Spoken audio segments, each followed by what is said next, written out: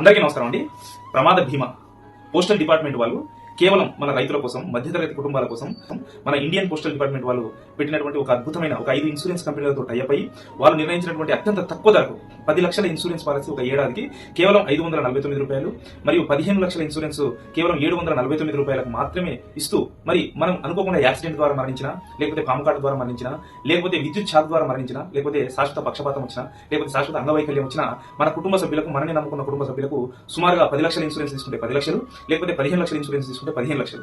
అంతేకాకుండా మనకి ఏదైనా యాక్సిడెంట్ జరిగి మనం ఇన్పేషెంట్ గా ఉంటే 60,000 రూపాయలు, మన కుటుంబ సభ్యులు వేరే దగ్గర ఉండి రావడానికి ఇబ్బంది అవుతుంటే ఒక 25,000 రూపాయలు, మన పిల్లల చదువుల కోసం సుమారు 1,00,000 రూపాయలు, ఇలాంటివి ఎన్నో మరి పోస్టల్ డిపార్ట్మెంట్ కి సంబంధించిన ఇన్సూరెన్సెస్ ఉన్నాయి. కాబట్టి క్షణ గండం 100 ఆయుస్సు మన మధ్యతరగతి కుటుంబాలకు ఒక ఏడాదికి మనం ఎన్నో డబ్బులు ఖర్చు పెట్టుకుని ఎన్నో తింటున్నాం, ఎన్నో ఖర్చు చేస్తున్నాం. కానీ ఈ యొక్క ఇన్సూరెన్స్ ఒకటి తీసుకుంటే మనని నమ్ముకున్న కుటుంబ సభ్యులు ఎవరికి ఏమైతే తెలియదు ఉంటే మన కుటుంబంలోని ప్రతి సభ్యుడికి పోస్టల్ ఆఫీస్ దగ్గరికి తీసుకెళ్లి దీనికి కావాల్సింది ఏం లేదు, మన ఆధార్ కార్డు తీసుకుని పోస్టల్ ఆఫీస్ కాడికి వెళ్తే వాళ్ళే మన అకౌంట్ ఓపెన్ చేసి మన పేరు మీద పాలసీ తీసి మనకే వాళ్ళు అందజేస్తారు.